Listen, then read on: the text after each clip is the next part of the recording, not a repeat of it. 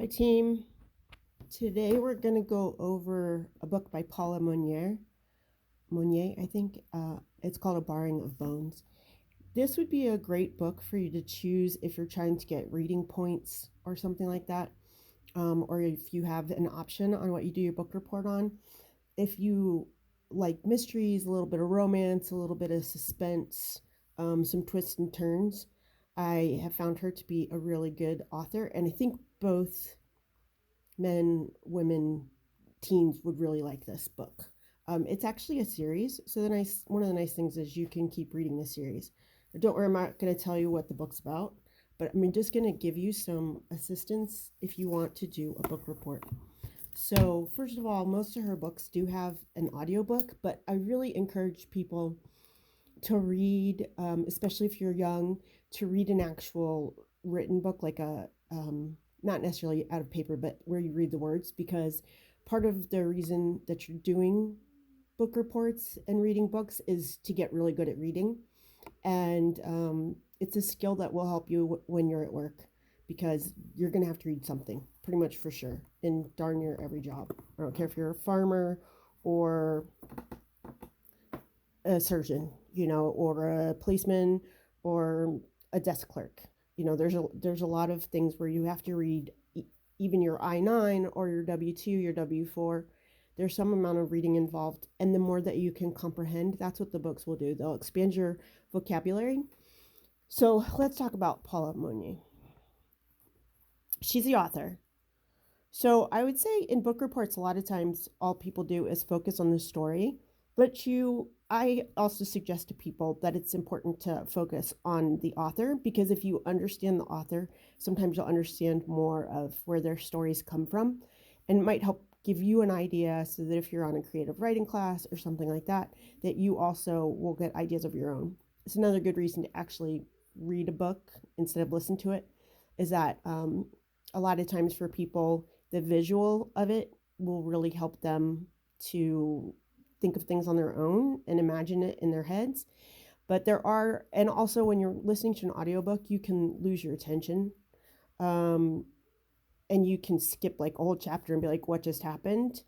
So you really would need to focus. That can happen in a book too. Like sometimes I realize I've read the same paragraph 3 times and I still don't know what it means, or didn't understand something, or was just zoning out. But I think it happens less, or at least for me. Now, there's some people who I've heard really don't ever have the imagination for the pictures. They read the words, they understand that you're telling them that something is blue, but they don't vividly have that picture in their heads. And so if you are that person, then when you write a book report, if you aren't imagining the story in your head, then pick out other things, like the plot line. You can just put down what the plot is from the beginning to end. So like, where did they start, at whose house, then did they go to a barn? That's not what happens in that book, but and then what was the mystery and how did they solve it? Okay, so you can do things like that for the plot. It doesn't require a ton of understanding what the story is like.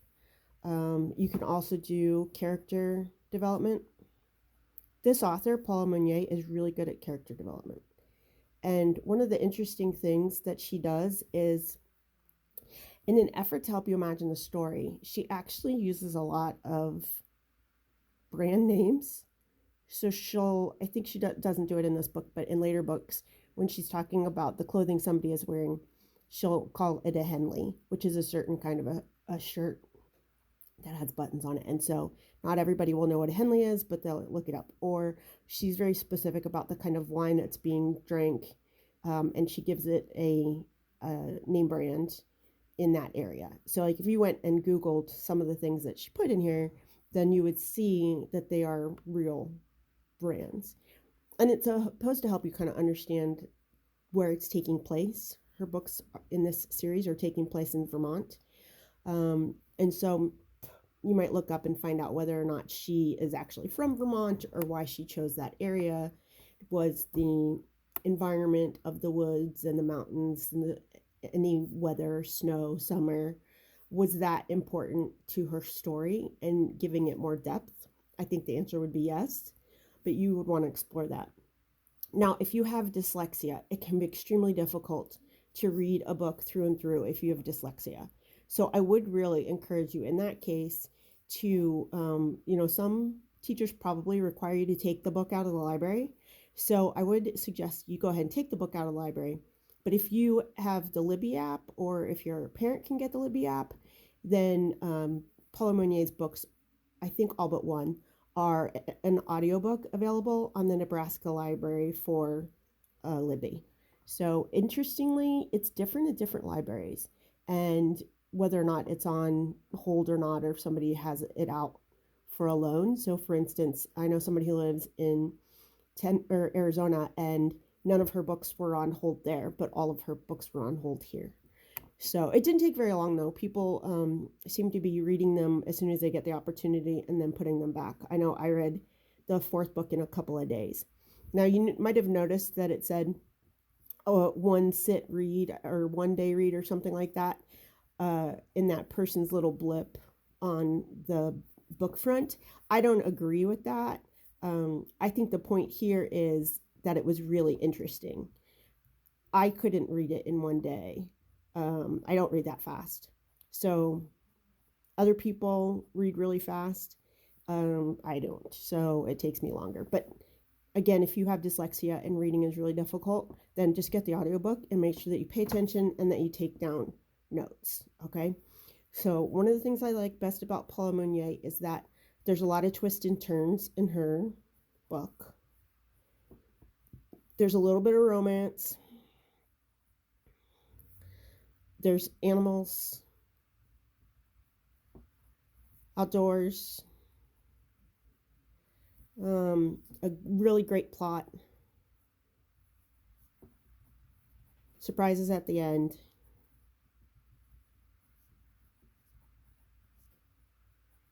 Okay, so you can focus on a couple of these things in your book report and still kind of give an overview of what happens in the book, depending on what questions your teacher asks you to answer. If you put in the comments what questions usually get asked from your teacher, if you want, I can go through and kind of help you focus on, what things you might want to pull out of the book. Now, remember, if something is important in the book where you decide that you want to use a quote, that you make sure that you put it in the quotes. Okay?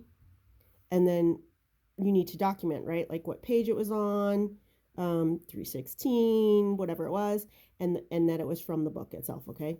So there's a lot of times that she quotes Shakespeare, and you're not going to be quoting Shakespeare. You don't have to go find that. You just quote her book, okay?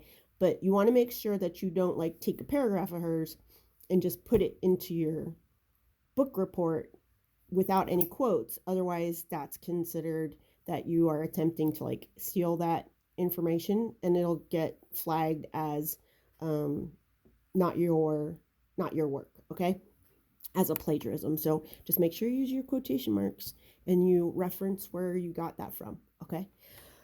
Let's see. Again, this is a series, so it's sort of on the lines of Harry Potter, and things like that, where you'll get to read 4 or 5 books if you decide you like it, and you could just keep going through the entire series. I enjoy all of them. I haven't come to one that I didn't like, and I thought they were really, really thorough and involved.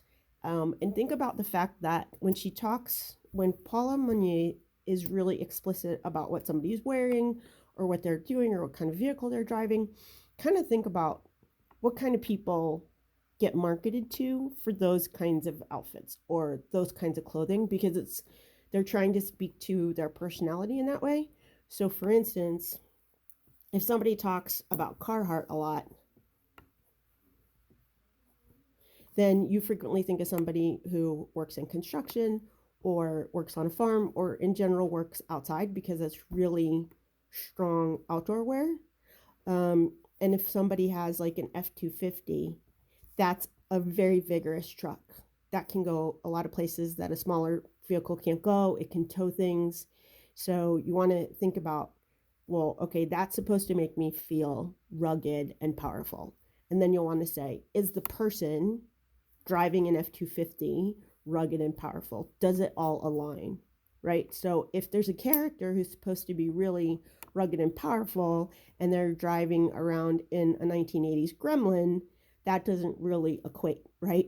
Or if they're in a little Chevy Nova or just some very, very small little car that goes beep, beep instead of honk, honk, that's not going to equate properly in the story. So if you're writing your own stories in creative writing, think of that, right? You might even make somebody really rugged, but in a Gremlin, but you would be like, this person has no money, so this is where they're at now. Okay. But generally, you want to say, does the environment match the person? Does the environment and like what they drive, where match person, okay? So keep that in mind when you're writing your own stories. It makes more sense to people. Okay. Again, if you have any questions, just drop them in the comments and I'll do my best to answer them. And I hope you all are having a great time at school and doing really well. Have a great day.